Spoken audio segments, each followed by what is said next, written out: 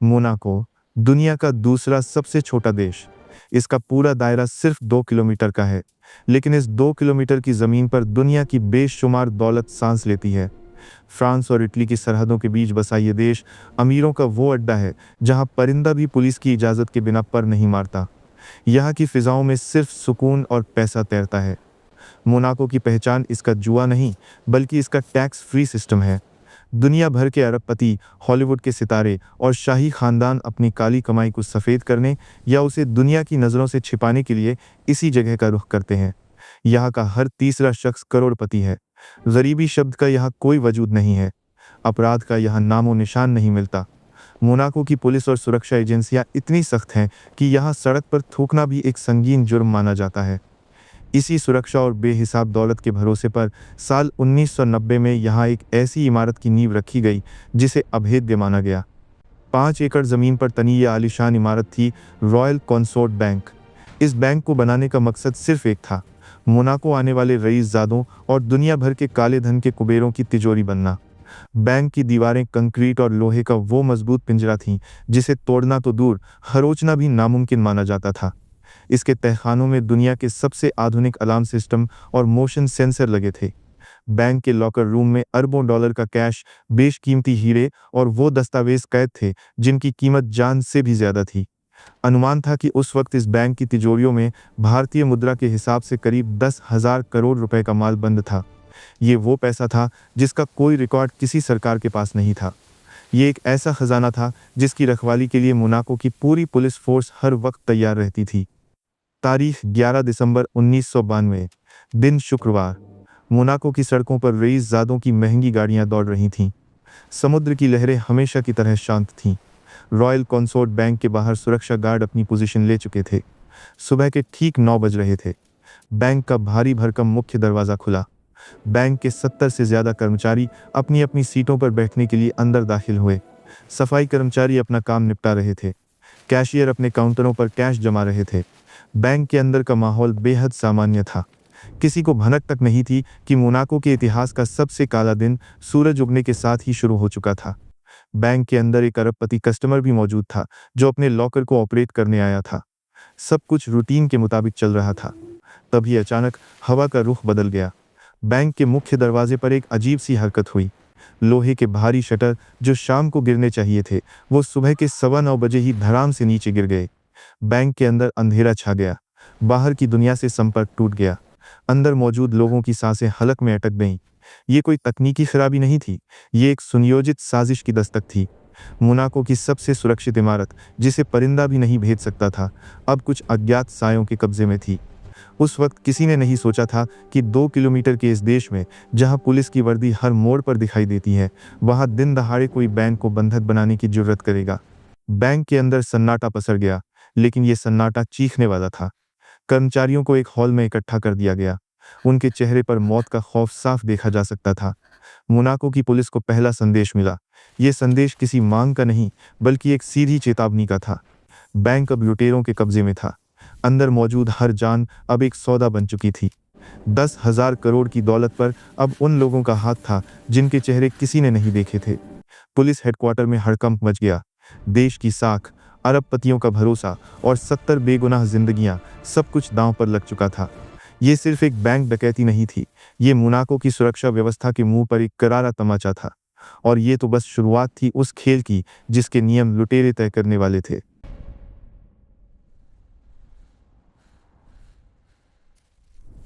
घड़ी की सुइयां 9:15 पर पहुंची। बैंक के अंदर का कामकाज अभी अपनी रफ्तार पकड़ ही रहा था कि अचानक एक ऐसी आवाज गूंजी जिसने सबकी रूह कंपा दी। लोहे के भारी भरकम शटर जो सुरक्षा कवच माने जाते थे, धड़ाम से नीचे गिरे। बैंक का मुख्य दरवाजा ऑटोमेटिक लॉक हो गया। अंदर मौजूद 70 से ज्यादा बैंक कर्मचारी और वो एक अकेला अरबपति ग्राहक जो इत्तेफाक से उस वक्त वहां मौजूद था, अब बाहरी दुनिया से कट चुके थे। कुछ पल के लिए किसी को समझ नहीं आया कि क्या हुआ। तभी वहां मौजूद कुछ सायों ने अपने असली रंग दिखाए। बैंक कर्मचारियों के सिर पर ऑटोमेटिक मशीन गन की ठंडी नालियां टिक गई। वो लोग जो कुछ देर पहले तक सामान्य लग रहे थे, अब मौत का फरमान बन चुके थे।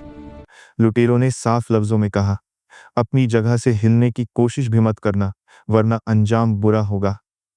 मोनाको जैसे शांत देश में, जहां पुलिस का काम सिर्फ ट्रैफिक संभालना और पर्यटकों को रास्ता दिखाना था, वहां ऐसी वारदात की कल्पना भी किसी ने नहीं की थी।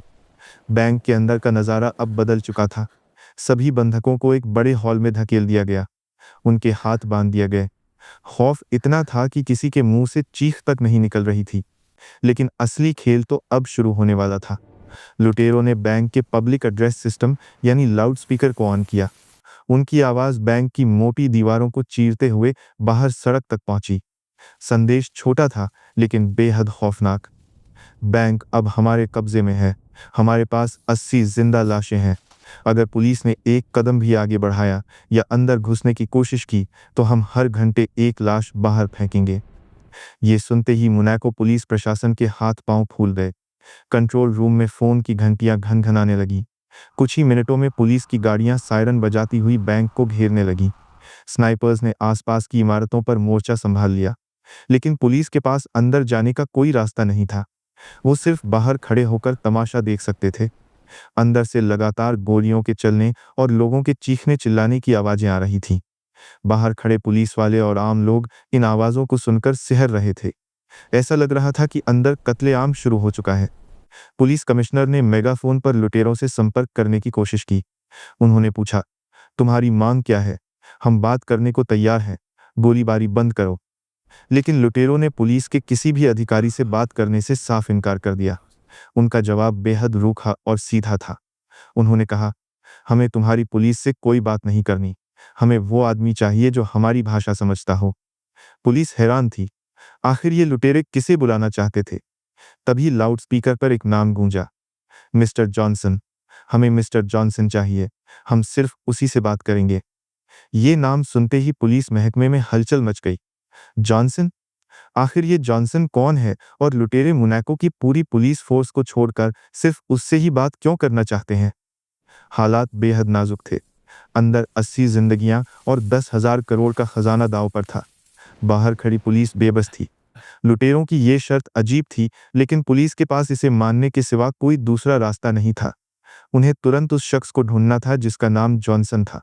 ये वही मोड़ था जहां से इस डकैती की कहानी एक नया और बेहद चौंकाने वाला मोड़ लेने वाली थी। पुलिस ने तुरंत जॉनसन की तलाश शुरू कर दी, बिना ये जाने कि वो जिस आदमी को मसीहा समझकर बुलाने जा रहे हैं, वो असल में इस खेल का कौन सा मोहरा है।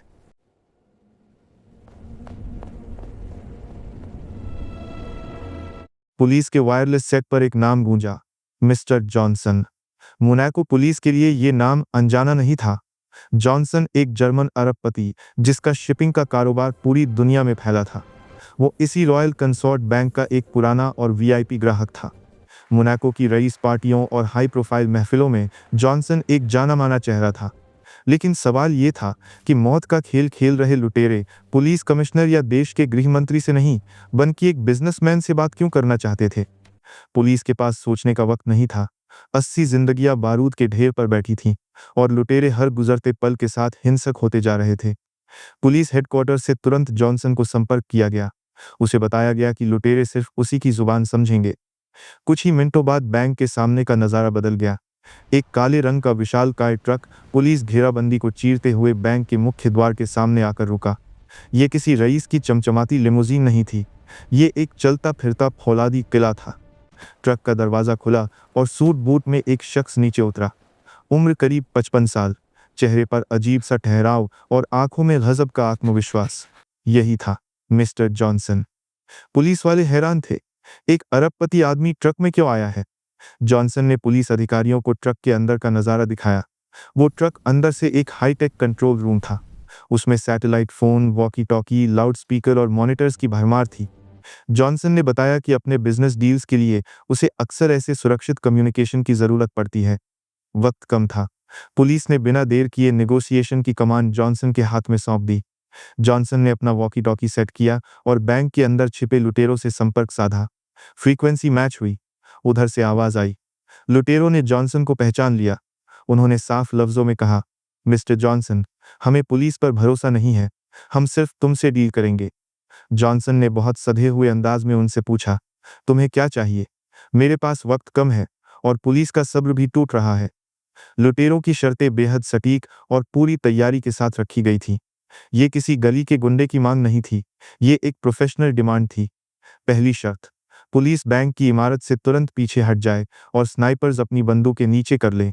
दूसरी शर्त, उन्हें 100 करोड़ रुपए कैश चाहिए और वो भी पुरानी करेंसी में, ताकि ट्रेस ना हो सके। तीसरी और सबसे अहम शर्त, बैंक के पिछले हिस्से में, जो समुद्र तट से सटा हुआ है, वहां 2 हाई स्पीड बोट्स तैयार रखी जाएं। पुलिस कमिश्नर इन शर्तों को सुनकर सन्न रह गए। 100 करोड़ की रकम बहुत बड़ी थी और लुटेरों को भागने के लिए बोट्स देना अपने पैरों पर कुल्हाड़ी मारने जैसा था। पुलिस ने आनाकानी की, तभी बैंक के अंदर से एक और धमाका सुनाई दिया।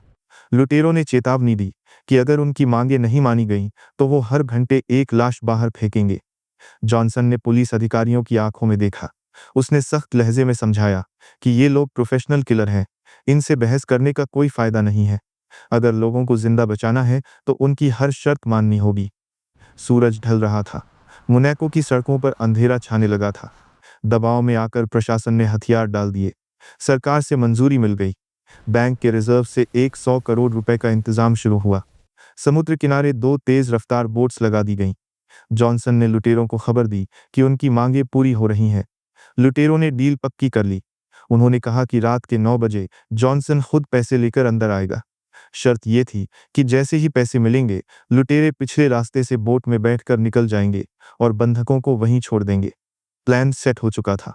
बाहर खड़ी पुलिस और अंदर बैठे लुटेरों के बीच अब सिर्फ एक ही कड़ी थी, मिस्टर जॉनसन।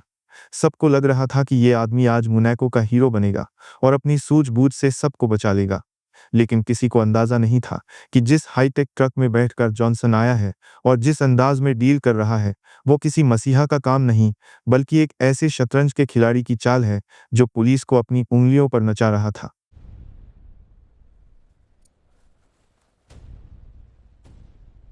सूरज समुद्र में डूब चुका था।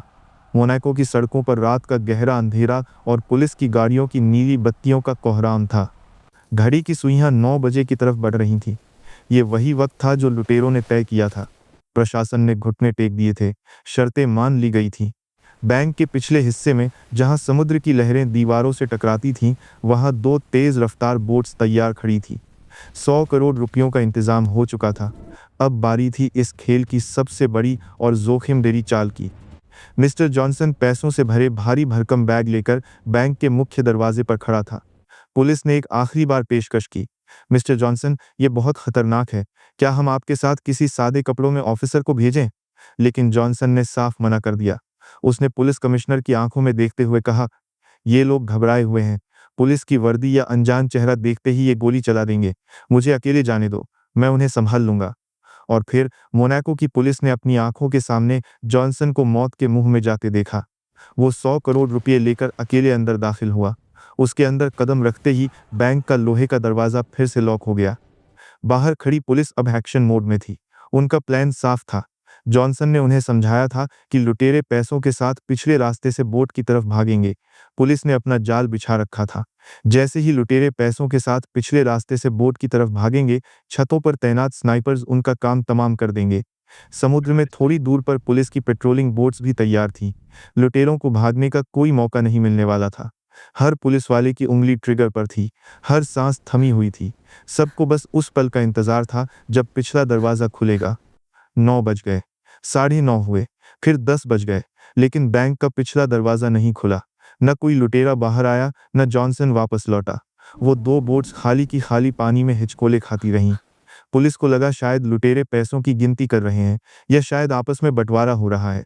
ये भी हो सकता है कि वो पुलिस की हरकत का इंतजार कर रहे हों। वक्त रेत की तरह फिसलता जा रहा था। 11 बजे, फिर 12 बजे। अब पुलिस के सब्र का बांध टूटने लगा था। अंदर से जो चीखें और बोलियों की आवाजें पहले आ रही थीं, वो भी अब पूरी तरह खामोश हो चुकी थीं। बैंक के अंदर एक मुर्दा सन्नाटा पसर गया था।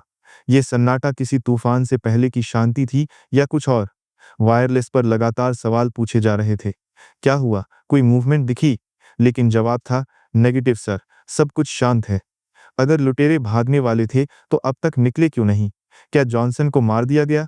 क्या अंदर मौजूद 80 लोग अब भी जिंदा हैं? रात के 1 बज चुके थे। मोनाको के इतिहास की सबसे लंबी रात गुजर रही थी। बाहर खड़ी दुनिया की सबसे बेहतरीन और हाईटेक पुलिस फोर्स बेबस होकर सिर्फ घड़ी देख रही थी। उन्हें अंदाजा ही नहीं था कि वो जिस दरवाजे के खुलने का इंतजार कर रहे हैं, उस खेल का असली खिलाड़ी तो उनके सामने से ही अपनी चाल चल चुका है। अंदर न तो कोई बंटवारा हो रहा था और न ही कोई भागने की तैयारी, क्योंकि भागने का खेल तो पुलिस की सोच से बहुत आगे और बहुत गहराई में खेला जा रहा था।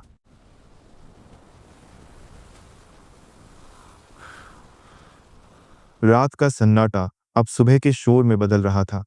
घड़ी में सुबह के 6 बज चुके थे। रॉयल कंसॉर्ट बैंक के बाहर खड़ी पुलिस और सुरक्षा एजेंसियों का सब्र अब पूरी तरह जवाब दे चुका था। पिछले 20 घंटों से वो सिर्फ इंतजार कर रहे थे। न कोई लुटेरा बाहर आया, न मिस्टर जॉनसन की कोई खबर मिली। वो 100 करोड़ रुपए जो जॉनसन लेकर अंदर गया था, वो भी गायब थे। पुलिस कमिश्नर ने अब और इंतजार न करने का फैसला किया।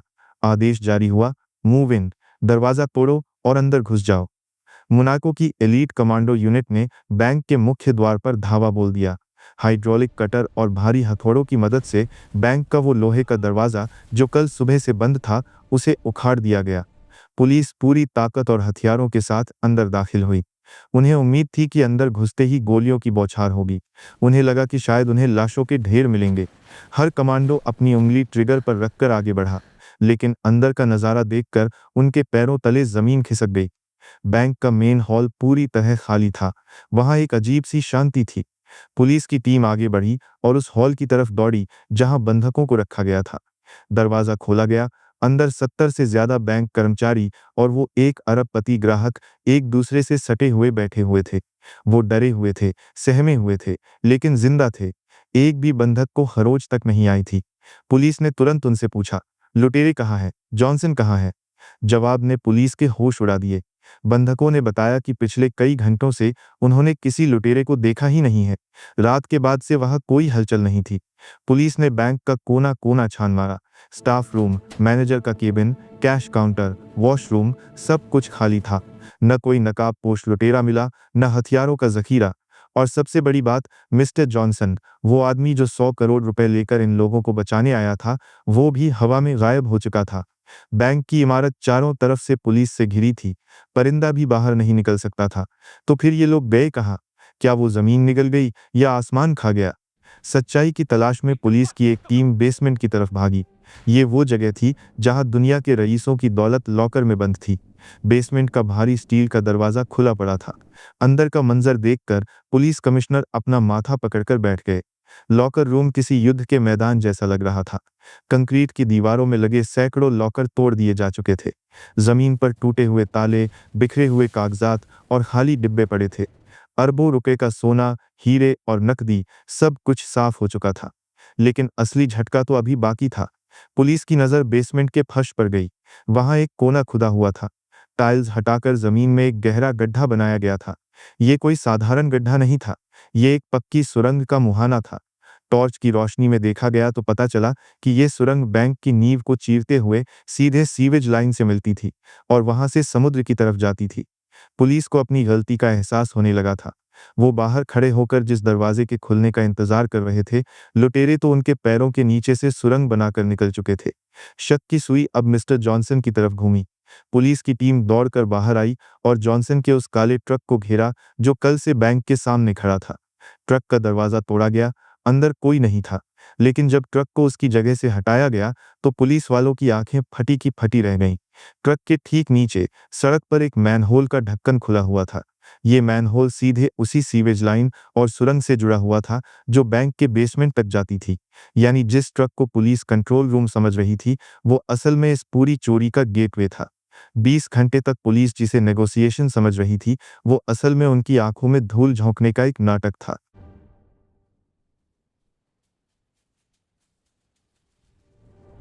मोनाको पुलिस के सामने अब जो सच आ रहा था, वो किसी भी फिल्मी कहानी से ज्यादा चौंकाने वाला था। जांच अधिकारियों के हाथ पांव फूल चुके थे। जिस मिस्टर जॉनसन को उन्होंने मसीहा समझकर बैंक के अंदर भेजा था, असल में वही इस पूरी डकैती का मास्टरमाइंड था। ये खुलासा होते ही प्रशासन के होश उड़ गए। जॉनसन कोई नेगोशिएटर नहीं था। वो तो उस शतरंज के खेल का राजा था जो पिछले 24 घंटों से पुलिस को प्यादा बनाकर नचा रहा था। पुलिस जिस हिंसा और चीख पुकार से डर रही थी, उसका सच भी सामने आ गया। बैंक के हॉल में पुलिस को एक टेप रिकॉर्डर और बड़े स्पीकर्स मिले। वो तमाम डरावनी आवाज़ें, गोलियों की तड़तड़ाहट और बंधकों के रोने की आवाज़ें, सब कुछ पहले से रिकॉर्ड किया गया था। लुटेरों ने बड़ी चालाकी से इन आवाज़ों को लाउडस्पीकर और वॉकी-टॉकी के जरिए बाहर सुनाया। मकसद साफ था, बाहर खड़ी पुलिस को दहशत में रखना ताकि वो अंदर घुसने की ज़रूरत न करें। असलियत में अंदर किसी भी बंधक को खरोंच तक नहीं आई थी।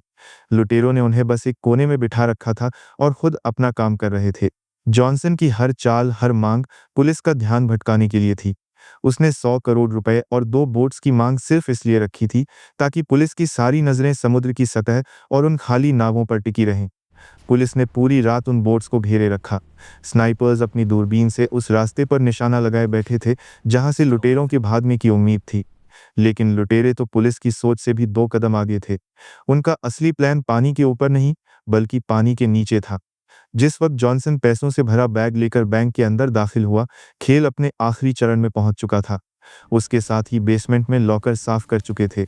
सारा माल, सोना, हीरे और नकदी वाटरप्रूफ बैग्स में पैक था।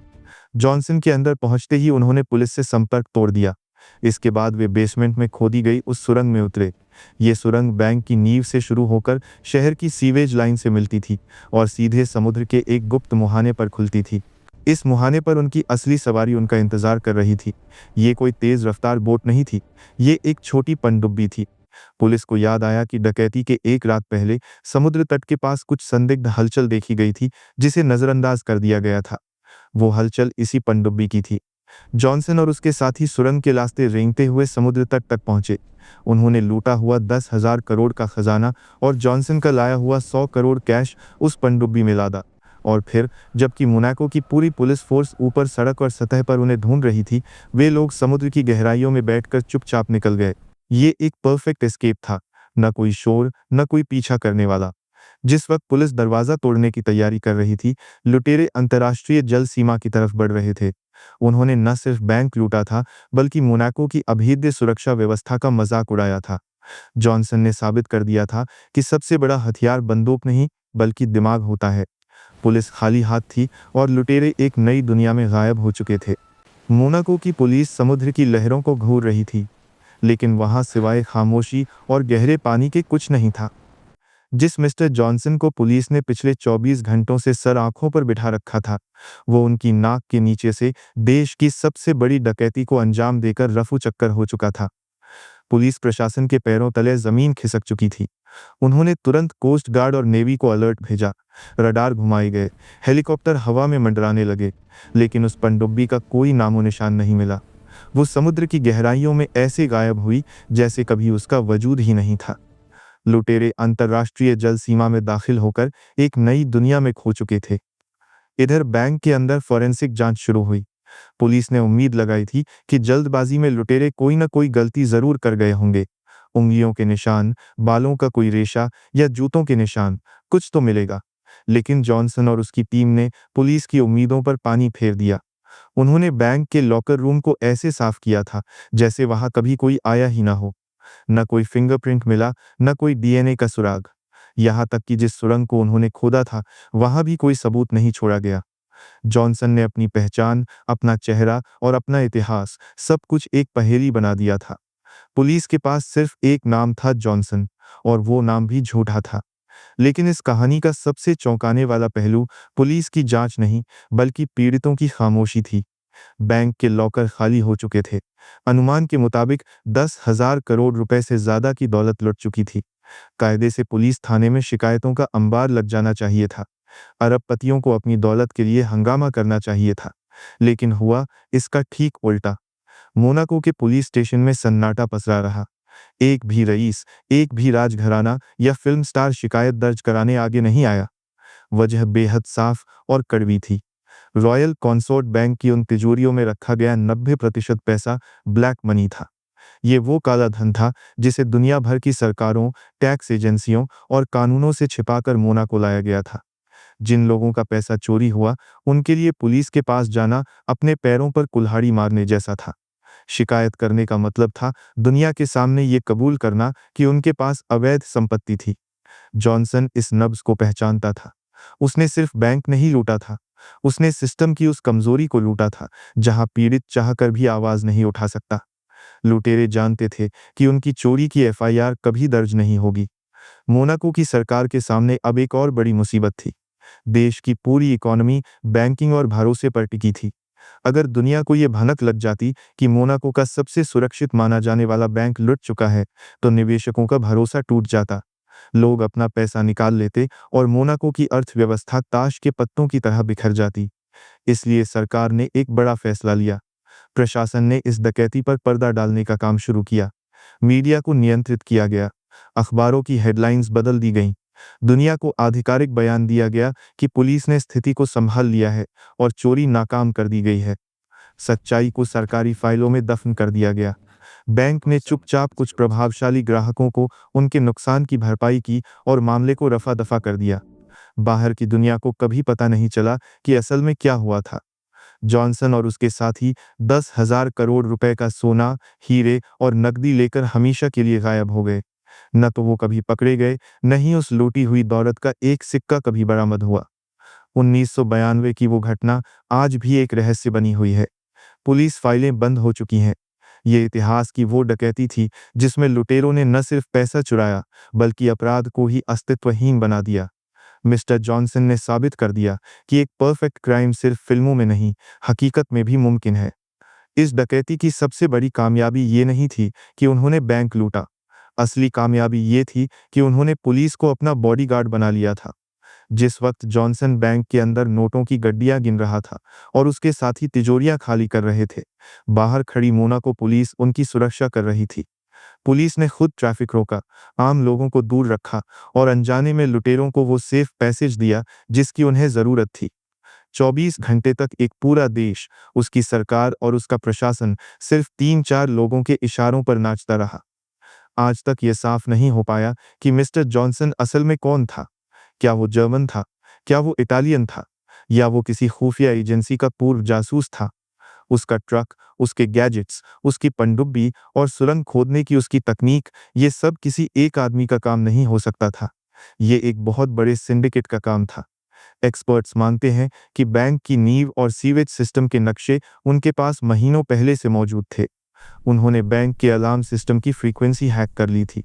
यहाँ तक कि जॉनसन ने पुलिस की मनोविज्ञान यानी साइकोलॉजी को भी डिकोड कर लिया था।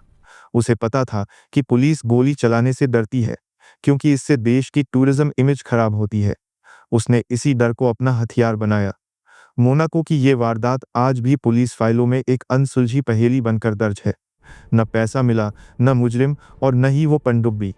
जॉनसन और उसकी टीम ने साबित किया कि जुर्म की दुनिया में सबसे बड़ा हथियार बंदूक नहीं, बल्कि खामोशी और वक्त होता है। उन्होंने सिस्टम की कमजोरियों का इस्तेमाल किया और हवा हो गए। राजदार द हेस्ट फाइल्स में हम आपके लिए इतिहास के वो पन्ने खोलते रहेंगे जिन पर वक्त की धूल जम चुकी है। अगर आप दुनिया की सबसे बड़ी चोरियों, साजिशों और मास्टरमाइंड्स की सच्ची कहानियां सुनना चाहते हैं, तो अभी इस चैनल को सब्सक्राइब करें, बेल आइकॉन दबाएं। जय हिंद।